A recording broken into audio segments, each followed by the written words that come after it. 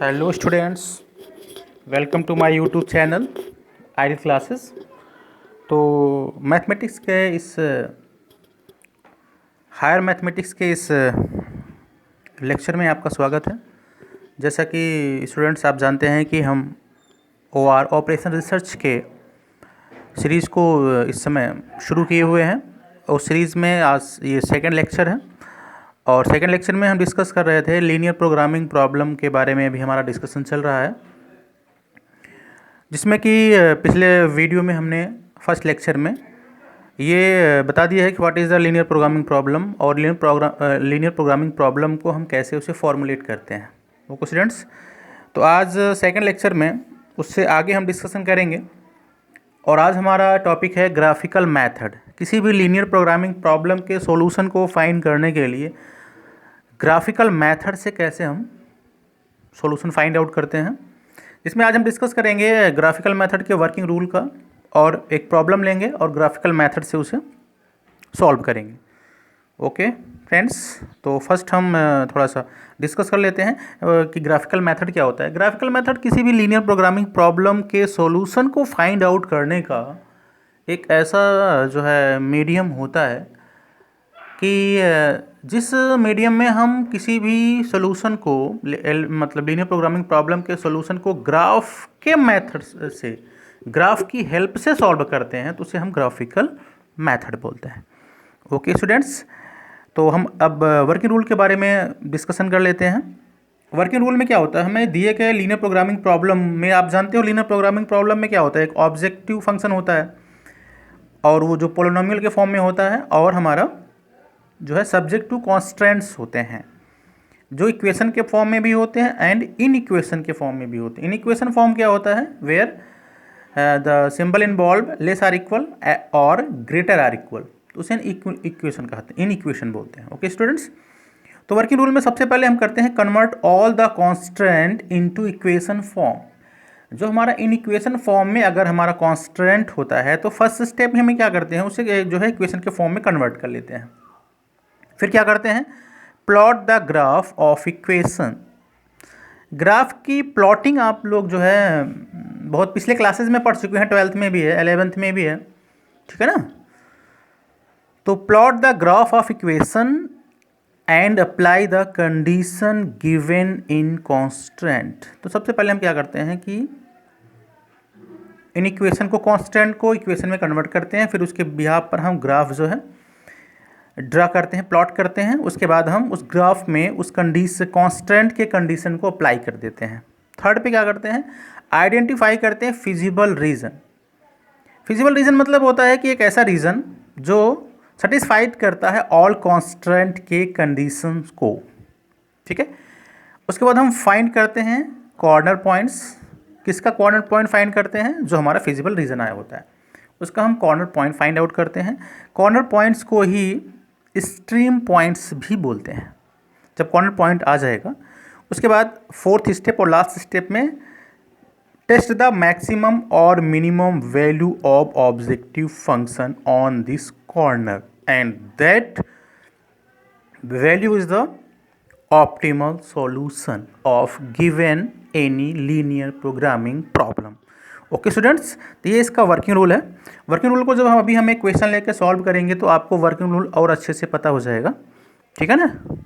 तो here we take a example in the form of problem, that is solve the following linear programming problem by graphical method where the objective function is max z equal to 6x1 plus 8x2 and subject to constraints are 30x1 plus 20x2 less or equal 300, 5x1 plus 10x2 less or equal 110, where x1 and x2 greater or equal 0।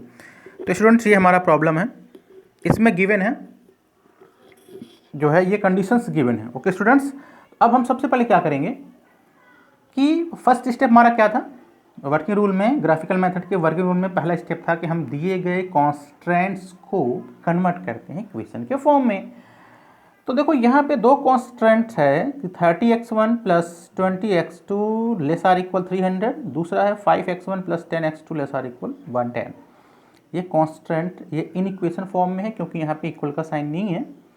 तो पहले हम इसे equation में convert करेंगे। Equation में convert करने के लिए चाहे चाहे लेस आर इक्वल का सिंबल हो या ग्रेटर आर इक्वल का सिंबल हो, हम उसे इक्वल के सिंबल में कन्वर्ट करते हैं। तो पहला इक्वेशन हो जाएगा स्टूडेंट्स कि 30x1 प्लस 20x2, यहाँ पे जो लेस आर इक्वल का साइन था वहाँ पे हमने इक्वल का साइन लगा दिया, equal to 300, equation first let कर लिया। And second 5x1 plus 10x2 equal to 110, equation second. हमने क्या करा, इन इक्वेशंस को इक्वेशन के फॉर्म में कन्वर्ट कर लिया। अब हमें क्या करना है, पॉइंट फाइंड करना है। जब तक पॉइंट नहीं फाइंड करेंगे तब तक हम ग्राफ को प्लॉट नहीं कर पाएंगे। तो यहाँ पे हमें पॉइंट फाइंड करना है। तो now point on line 1, line 1 बोलो या इक्वेशन 1 बोलो, बात एक ही है। यहाँ हम लाइन 1 बोल रहे हैं। तो नाउ पॉइंट्स ऑन लाइन 1। देखो हमें किसी भी इक्वेशन को, किसी भी लीनियर इक्वेशन को ग्राफ पे प्लॉट करने के लिए सिर्फ दो कोऑर्डिनेट की ज़रूरत होती है, ठीक है ना। तो इसमें हमें क्या करना है, देखो बहुत ध्यान से देखना है। सबसे पहले एक बार हम x1 को, पहले वाले टर्म को 0 करेंगे। जब पहले वाले टर्म को 0 करेंगे तो देखो यहाँ पे x1 फर्स्ट प्लेस वाला 0 हो गया। अब हमारा क्या आएगा, 20x2 इक्वल टू 300। क्या आएगा students, 20x2 equal to 300। Solve करेंगे स्टूडेंट तो x2 इक्वल टू हो जाएगा 300 अपॉन 20, 10 से 10 कैंसिल हो गया, 30 में 2 से डिवाइड करेंगे तो क्या आएगा 15। तो हमारा पहला कोऑर्डिनेट हो गया 0 और 15। सेकंड में क्या करते हैं, हम सेकंड वाला टर्म x2 को 0 करते हैं। x2 0 हो जाएगा तो 30x1 इक्वल टू 300, तो x1 इक्वल टू 300 अपॉन 30, तो क्या आ जाएगा 10। तो देखो x2 मतलब सेकंड प्लेस हमने जो है 0 किया था, फर्स्ट प्लेस पे क्या आ गया, 10 आ गया। तो हमारे पहले लाइन का जो है 2 पॉइंट्स आ गए, 0 15 और 10 0। इससे हमारा फर्स्ट लाइन का ग्राफ ड्रा हो जाएगा। अब ऐसे ही हम सेकंड इक्वेशन में points on line second equation देखो यहाँ पे जब हम x1 को 0 करेंगे तो देखो फर्स्ट प्लेस को 0 करा, x2 की वैल्यू क्या आ जाएगा, x2 equal to 110 divide by 10, 1 0 cut गया, क्या बचेगा 11। तो हमारा पहला कोऑर्डिनेट आ गया 0 और 11। अब हम क्या करेंगे, सेकंड वाले को 0 करेंगे तो हमने सेकंड प्लेस पे पहले 0 लिख दिया। तो हमारा यहाँ पे क्या आ गया, 5x1 इक्वल टू 110, तो x1 इक्वल टू 110 अपॉन 5, तो 5 से डिवाइड करेंगे, 5 2 जा 10, 5 2 जा 10 आएगा 22। तो हमारा दूसरा कोऑर्डिनेट आ गया 22 और 0। ठीक है स्टूडेंट, ये बहुत सिंपल है। एक बार हम पहले इक्वेशन फर्स्ट में पहले को 0 करते हैं, दूसरे की वैल्यू आ जाता है तो 0 और 15 हो जाएगा। दूसरे स्टेप में दूसरे को 0 करते हैं तो पहले की वैल्यू आ जाएगी, इसकी 10 आई तो 10 लिख दिया और हमने दूसरे स्टेप को 0 रखा ही था। ऐसे हम सेकेंड लाइन में कर देंगे तो हमारा ये आ जाएगा पॉइंट्स। जब पॉइंट आ गया स्टूडेंट्स, अब हमें ग्राफ को प्लॉटिंग द ग्राफ, क्या करना है, हमें ग्राफ को प्लॉट करना है। ग्राफ को प्लॉट करने के लिए देखो हमें क्या करना है, एक एक्स एक्सिस बनाना है और दूसरा इधर वाई एक्सिस। ओके स्टूडेंट्स, जब हम एक्स और वाई एक्सिस बना दिए उसके बाद क्या करना है, हमें यहाँ पे पॉइंट्स ड्रा कर देना है। हमें ये देखना है एक्स एक्सिस पे मैक्सिमम कितने जो है पॉइंट ले जाना है। एक्स एक्सिस मतलब फर्स्ट टर्म, क्योंकि यहाँ पे क्या है 0 0 है, यहाँ पे 10 और 22, मतलब कम से कम 22 हमें यहाँ लाइन प्लॉट करना है एक्स एक्सिस पर। तो हम वन बॉक्स इक्वल बॉक्स को 2 2 लेके चल रहे हैं, 2 4 6 ऐसे करते करते 22 से ज़्यादा 24 तक ले गए। अब वाई में मैक्सिमम वाई की वैल्यू जो है, वाई एक्सिस पे मैक्सिमम वैल्यू देखो यहाँ पे है 15। सेकेंड पार्ट, चारों कोऑर्डिनेट के सेकेंड पार्ट वाई एक्सिस की वैल्यू होता है स्टूडेंट्स। तो यहाँ पे क्या है, मैक्सिमम 15। तो 15 हमें ले जाना है यहाँ पे वाई एक्सिस पे कम से कम 15। तो देखो हम इक्वल बॉक्स को 1 2 3 4 5 6 7 8 9 10 11 12 15 कर दिया। ओके स्टूडेंट्स, अब हमें क्या करना है, ग्राफ को प्लॉट करना है। पहला कोऑर्डिनेट क्या था, 0 0 और 15। तो 0 15 मतलब एक्स एक्सिस पे 0 और वाई एक्सिस पे ले गए 15, तो ये हमारा पॉइंट हो गया 0 और 15। सेकेंड पॉइंट क्या था, 10 0, एक्स एक्सिस पे 10, ये कोऑर्डिनेट हो गया आपका 10 0। तो अब हम क्या करेंगे, इन दोनों जो है लाइन को, आपको दिख रहा होगा ये अब ऐसे दिख रहा है, हाँ हमने क्या करा, इस वाले पॉइंट और इस वाले पॉइंट से हमने स्ट्रेट लाइन से इसे मीट करा दिया। ये आपका लाइन फर्स्ट का, इक्वेशन फर्स्ट की लाइन हो गई। ठीक है स्टूडेंट्स, अब ऐसे हम सेकंड वाला, हमारा पॉइंट क्या था, सेकंड वाला पॉइंट देखो यहाँ पे है 0 11 और 22 0। तो 0 11 हम ड्रा करेंगे, वाई 0 11 मतलब एक्स पे 0, वाई पे 11 गए, यहाँ पे ये पॉइंट हो गया 0 11, इसे हमने डॉट कर दिया। अब सेकंड पॉइंट हमें लेना है x 22 0, तो x एक्सिस पे 22 पे आ गए, इसे डॉट कर दिया, ये हमारा हो गया 22 0। अब हम क्या करेंगे, 0 11 और 22 0 को स्ट्रेट लाइन से मीट करा दिया, ये हमारा हो गया, ये सेकेंड इक्वेशन की लाइन होगी स्टूडेंट्स। अब हमें क्या करना है, अब हमें फाइंड करना है क्या, हमें फाइंड करना है, आइडेंटिफाई करना है feasible region, feasible region find करना है। अब लाइन फर्स्ट, देखो स्टूडेंट एक चीज़ आप ये जान लो, लाइन फर्स्ट के या तो वो एरिया बिलो वाला शो करेगा या एबव वाला करेगा। अब हमें कैसे पता चलेगा कि अब इस लाइन का, इक्वेशन फर्स्ट, इस लाइन का हमें बिलो लेना है या एबव लेना है। इसके लिए हमारा जो इक्वेशन है, देखो यहाँ ध्यान से, हमारा इक्वेशन है पहला वाला जो इक्वेशन था 30x1 + 20x2 ≤ 300। तो हमें ये आइडेंटिफाई करने के लिए कि उस लाइन की हमें बिलो या एबव लेना है, तो उसके लिए क्या करते हैं, हम इस इक्वेशन में x1 और x2 की जगह ओरिजिन के कोऑर्डिनेट, ओरिजिन कोऑर्डिनेट क्या होता है आप जानते हो, 0 0 होता है। ओरिजिन का कोऑर्डिनेट देखो स्टूडेंट्स ये है, और अगर ये ओरिजिन है इसका कोऑर्डिनेट क्या होता है, सेंटर पॉइंट का 0 0 होता है। अब हम 0 0 इसमें रखेंगे, अब इसमें रख के देखते हैं। तो देखो जब हम x1 और x2 के प्लेस पर 0 0 रखें तो 0 + 0, क्योंकि 30 × 0 0 होता है, 20 × 0 0 होता है, 0 + 0 ≤ 300, देन 0 ≤ 300। तो देखो 0 ≤ 300 मतलब ये कंडीशन को क्या कर रहा है, 0 हमेशा 300 से क्या होता है, छोटा होता है, तो ये सेटिस्फाइड कर रहा है। अगर सेटिस्फाइड करता है, देखो यहाँ पे मान लीजिए ये इक्वेशन फर्स्ट का लाइन है, ये मान लो हमारा इक्वेशन फर्स्ट का लाइन है, इस वाले इक्वेशन की मान लीजिए ये लाइन है, ये आपका ओरिजिन है जिसका कोऑर्डिनेट है 0 0। तो हमने जब इसमें रखा तो ये सेटिस्फाइड कर रहा है, तो जाहिर सी बात है 0 किस तरफ है, बिलो की तरफ है, तो इस तरफ के एरिया को ये रिप्रेजेंट कर रहा है, ये वाला लाइन, ये वाला इक्वेशन। अगर ये सेटिस्फाइड नहीं करता तो हमारा जस्ट 0 किस तरफ है, बिलो की तरफ है, इस तरफ है, तो जस्ट इसके अपोजिट वाले साइन को, एरिया को रिप्रेजेंट करता है ये लाइन, अगर ये सेटिस्फाइड नहीं होता। तो चूंकि हमारा पहला इक्वेशन क्या सेटिस्फाइड है, इसका मतलब जिस तरफ 0 है, ध्यान दीजिए आप स्टूडेंट्स, यहाँ ये दिख रहा है आपको, ये इस वाले लाइन की बात करें, इस वाले लाइन की बात कर रहे हैं, तो यहाँ पे देखो ये 0 मतलब सेटिस्फाइड कर रहा है, तो 0 किस तरफ है, इसके बिलो तरफ है, तो ये इस तरफ के एरिया को रिप्रेजेंट करेगा, किस तरफ के, इस तरफ के एरिया को रिप्रेजेंट करेगा। तो हमने देखो यहाँ पे एरो लगा दिया, ये छोटे छोटे एरोज लगा दिए ताकि हमें पता चले इसका हमें बिलो साइड या लेफ्ट साइड आप कह सकते हो, लेफ्ट साइड के एरिया को रिप्रेजेंट कर रहा है। ऐसे ही हम सेकेंड इक्वेशन में 0 ओरिजिन के कोऑर्डिनेट रखेंगे। सेकंड इक्वेशन था आपका 5x1 + 10x2 ≤ 110। इसमें x1 और x2 की जगह जब 0 रखेंगे तो ये भी क्या आ जाएगा, 5 × 0 + 10 × 0 ≤ 110, तो 0 + 0 = 0 ≤ 10 110। इसका मतलब क्या हुआ, ये भी क्या कर रहा है, जो है ये इक्वेशन वेरीफाई कर रहा है, मतलब सेटिस्फाइड कर रहा है। इसका मतलब क्या होगा, जिस तरफ हमारा 0 है उसी तरफ हमारा ये एरिया को रिप्रेजेंट कर रहा है। हाँ इस तरफ 0 है, तो अब देखो ये वाला जो हमारा ये वाली लाइन सेकंड लाइन है, ये भी हमारा बिलो साइड में क्या कर रहा है, बिलो साइड के एरिया को रिप्रेजेंट कर रहा है। ओके स्टूडेंट्स, दो ही कंडीशंस होते हैं, या तो अबव साइड रिप्रेजेंट करता है या तो बिलो। बिलो कब करता है, जब हम 0 मतलब 0 0 इक्वेशन रखते हैं और वो सेटिस्फाइड करता है कंडीशन, तो बिलो होता है, और सेटिस्फाइड नहीं करता, जस्ट अपोजिट अबव वाले कंडीशन को शो करता है। क्वेश्चंस, तो अब हमारा क्या आ गया, अब इसमें हम क्या लिखेंगे, बेसिक फिजिबल सोल्यूशन निकालेंगे। बेसिक फिजिबल सोल्यूशन होता है जो, देखो ये जो दोनों लाइनों के एरियाज का कॉमन पोर्शन हो, दोनों लाइन के एरिया का कॉमन पोर्शन कौन सा हो गया, यहाँ से लेकर के ये पूरा जो येलो वाले स्पेस में दिख रहा है, ये कॉमन पोर्शन है। तो इसी कॉमन पोर्शन को बोलेंगे फिजिबल रीजन, क्योंकि ये जो है रीजन दोनों लाइनों में कॉमन है, दोनों के कांस्टेंट के कंडीशंस को सेटिस्फाइड कर रहा है। ओके स्टूडेंट्स, अब हम क्या करेंगे, इसके कॉर्नर पॉइंट को प्लॉट करेंगे। तो इसके कॉर्नर पॉइंट क्या है, एक हो जाएगा O A B C। अब देखो सबके कोऑर्डिनेट लिखेंगे। O का कोऑर्डिनेट जानते हो 0 0 होता है, A का कोऑर्डिनेट 10 0 है और C का कोऑर्डिनेट 0 11 है, लेकिन हमें B का कोऑर्डिनेट नहीं पता है, तो इसे हम निकालना बहुत ईजी होता है स्टूडेंट्स। इसको निकालने के लिए क्या करते हैं हम, इसको निकालने के लिए ये पॉइंट किन किन लाइनों को टच कर रहा है, फर्स्ट वाले इक्वेशन को और सेकंड वाले इक्वेशन को। तो फर्स्ट और सेकंड इक्वेशन को हम सॉल्व कर लेते हैं। हम क्या करते हैं, फर्स्ट और सेकंड इक्वेशन क्या दिया गया था हमारा फर्स्ट और सेकंड इक्वेशन, देखिए फर्स्ट इक्वेशन हमने ये लेट करा है 30x1 + 20x2 = 300, 5x1 + 10x2 = 110। ये हमारा फर्स्ट इक्वेशन है। इस इक्वेशन को क्या करेंगे, हम सॉल्व करेंगे जैसे हम लीनियर इक्वेशंस को सॉल्व करते आए हैं अपने प्रीवियस क्लासेस में, 9, 10 जो है 6, 7, 8 में बहुत सॉल्व किया है।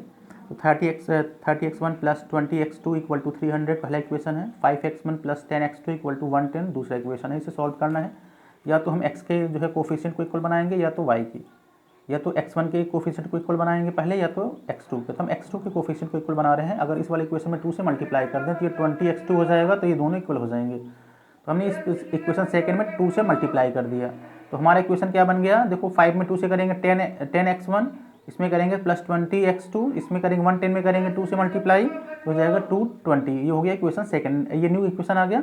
अब देखो फर्स्ट इक्वेशन में सेकंड को माइनस करेंगे, equation first minus second. Equation first था 30x1 plus 20x2 equal to 300, second है 10x1 plus 20x2 equal to 220। Minus करेंगे, माइनस करने में नीचे के साइंस जो है वो क्या होते हैं, चेंज हो जाते हैं। तो चेंज हो जाएंगे, 30x1 में से 10x1 जाएगा, 20x1 बचेगा, 20x2 से 20x2 कैंसिल हो गया, 300 में 220 माइनस होगा तो 80 आएगा। तो 20x1 इक्वल टू 80, तो x1 इक्वल टू 80/20, 80 में जब 20 से डिवाइड करेंगे 4 आ जाएगा। तो हमारा x1 का कोऑर्डिनेट आ गया 4। हम क्या करेंगे, इक्वेशन फर्स्ट या सेकंड किसी में भी आप इसके रख सकते हैं।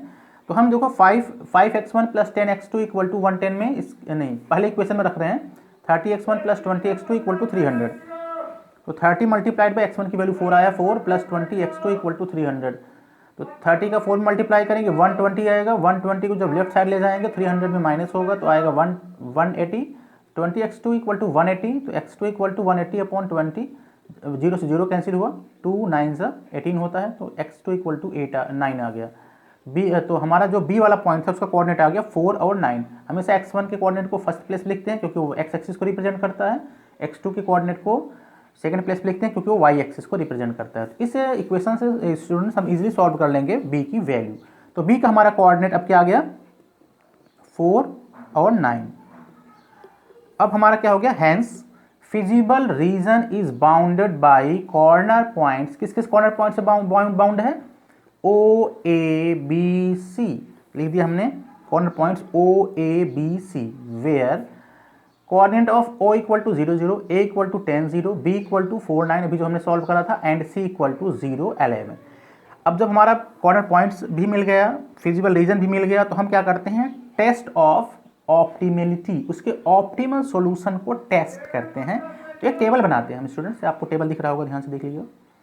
हम इसमें देखो 3 कॉलम्स बनाते हैं, फर्स्ट सेकंड थर्ड। फर्स्ट में कॉर्नर पॉइंट्स, सेकंड में कोऑर्डिनेट ऑफ कॉर्नर पॉइंट, और थर्ड में ऑब्जेक्ट जो भी है, चाहे मैक्स जेड है तो मैक्स जेड लिखेंगे, मिन जेड है तो मिन जेड लिखेंगे, लिख दिया। अब हमारे कोऑर्डिनेट पॉइंट्स थे स्टूडेंट्स 0 A B C, तो इसके कोऑर्डिनेट लिख दिया 0 0 10 0 4 9 0 11। अब हमारा जो मैक्स जेड है 6x1 प्लस 8x2, एक बार x1 के प्लेस पे 0 और x2 के प्लेस पे 0 लिखेंगे, लिखा, सॉल्व करा, 0 आ गया। अब सेकंड में a के लिए x1 के प्लेस पे 10 और x2 के प्लेस पे 0, तो क्या हो जाएगा 6 into 10 plus 8 into 0 equal to 60 plus 0 equal to 60।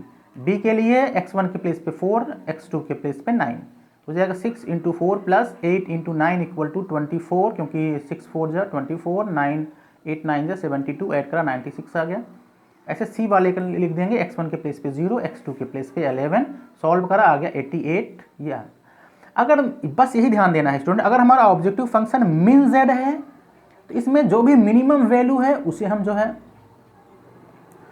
जो है क्या करते हैं, बॉक्स में या हाईलाइट करेंगे, और अगर मैक्स है तो मैक्स की वैल्यू, चूंकि यहाँ पे हमारा ऑब्जेक्टिव फंक्शन मैक्स जेड है, इसमें देखो जो 4 आए हैं 0 60 96 और 88, सबसे हाईएस्ट कौन सा है 96। तो इस वाले हम जो है रो को हम क्या करेंगे, हाईलाइट करेंगे, यही हमारा ऑप्टिमल सॉल्यूशन देगा। तो hence optimal solution is x1 equal to 4, x2 equal to 9 and max z equal to 96। ये हमारा आंसर हो गया। यहाँ स्टूडेंट ये ध्यान देना है, कभी कभी हमारा दो हाईएस्ट वैल्यू सेम आ जाते हैं, तो यहाँ पे हमारा ऑप्टिमल सॉल्यूशन क्या हो जाता है, 2 ऑप्टिमल सॉल्यूशन होगा, इनफाइनाइट ऑप्टिमल सॉल्यूशन भी होता है। अच्छा, कभी कभी क्या होता है, हमारा फिजिबल रीजन नहीं आता है। अगर फिजिबल रीजन बाउंडेड ना आए, फिजिबल रीजन ना हो, तो वहाँ पे हमारा क्या होता है, ऑप्टिमल सॉल्यूशन फाइंड करना पॉसिबल नहीं होता है। तो वो linear programming problem if any linear programming problem have not feasible reason, then this LPP is not have optimal solution. Okay students, तो आई होप आपको ये अच्छे से समझ में आ गया होगा. अब हम एक जो है होमवर्क देते हैं, क्वेश्चन आप खुद करिए, बहुत ईजी है. Solve linear programming problem by graphical method where objective function is max z equal to 6x1 plus 7x2 and subject to constraint equal to है 2x1 plus x2 less or equal to 12, 2x1 plus 3x2 less or equal to 12 और 2x1 plus x2 less or equal 8 where x1, x2 greater or equal 0. I hope students आपको ये method अच्छे समझ में आ गया होगा, graphical methods. Okay students, तो next lecture में हम बात करेंगे इसके आगे, जो कि हम ऑपरेशन रिसर्च की सीरीज चला रहे हैं. इसके आगे हम इसके किसी एक बहुत ही इंपॉर्टेंट टॉपिक को लेके आएंगे. तब तक के लिए best of luck. Thank you.